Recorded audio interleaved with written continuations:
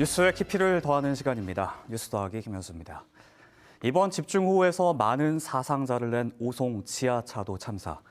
친구들과 여행을 떠나던 20대 청년부터 결혼한 지 2달밖에 안 된 30대 초등학교 교사, 또 출근길에 올랐던 새 자녀를 둔 가장까지 안타까운 사연들도 알려졌는데요. 희생자 유족들은 이번 지하차도 참사가 인재였다고 입을 모읍니다. 자연재난은 사람의 힘으로 어쩔 도리가 없다고 하더라도 이미 많은 비가 예보된 상황에서 안전사고에 대한 예방이나 대처가 소홀했다는 겁니다.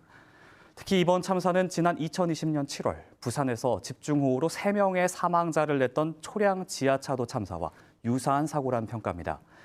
당시 지하차도 침수 대비 지침을 숙지하지 못하고 안전 조치에 미흡했던 공무원 모두에게 1심 판결에서 유죄가 선고되기도 했는데요. 이후 지하차도 관련 안전 지침은 조금 더 강화됐지만 이번 참사는 막지 못한 겁니다. 지난 15일 오송 지하차도 침수 4시간 전 미호강에 발령됐던 홍수주의보가 홍수경보로 격상됐고 2시간 뒤에는 미호강 수위가 심각 단계까지 올라왔습니다.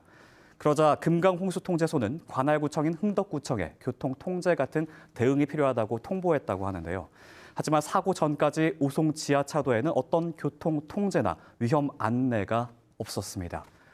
흥덕구청은 금강홍수통제소에 통보는 받았지만 교통을 통제하라는 이야기는 듣지 못했다는 입장인데요. 경찰은 전담 수사팀을 구성해 이번 참사에 대한 행정당국의 책임 여부를 들여다볼 계획이고요.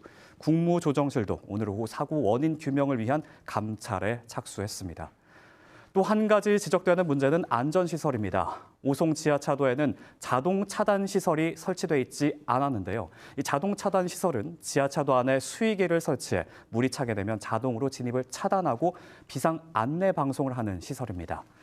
지난 2020년 부산 초량 지하차도 참사 이후 행정안전부가 침수 우려 지하차도에 자동 차단 시설을 도입하겠다라고 발표했는데요. 지난달부터 오송 지하차도에도 자동 차단 시설 설치가 추진되고 있었지만 충북도가 행안부에 예산 지원을 요청한 건 불과 2달 전. 예견됐던 위험에 예방 조치가 늦었다는 비판의 목소리도 나오고 있습니다. 미처 세워지기 전에 이제 이런 참사가 좀 일어나서 안타깝습니다. 그런 차단이 시설이 돼 있으면 충분하게 대피할 수 있는 시간도 확보가 되고 지금과 같이 그 오송 지하차도 같은 정도는 충분히 막을 수 있는 정도의 시설이었다.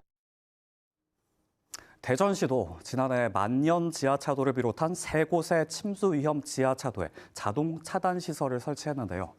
하지만 대전시의 지하차도는 모두 45곳, 차단시설 설치율은 6%에 불과하고요.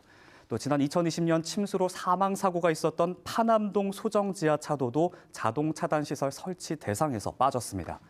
더 큰 문제는 앞으로도 많은 비가 예보돼 있다는 겁니다. 중국을 향하고 있는 4호 태풍 탈림도 우리나라 정체 전선에 영향을 줄 가능성이 점쳐지는 상황인데요. 예측할 수 없었던 사고는 천재지변이지만 예측했지만 일어난 사고는 인재죠. 갈수록 커지고 있는 자연재해의 위험성, 적어도 인재라는 말은 사라져야 할 텐데요. 하지만 각종 재난이 찾아올 때마다 인재, 판박이 사고 이런 말이 왜 끊임없이 꼬리표로 따라 붙는지 정부와 지자체에 묻지 않을 수 없습니다. 지금까지 뉴스 더하기였습니다.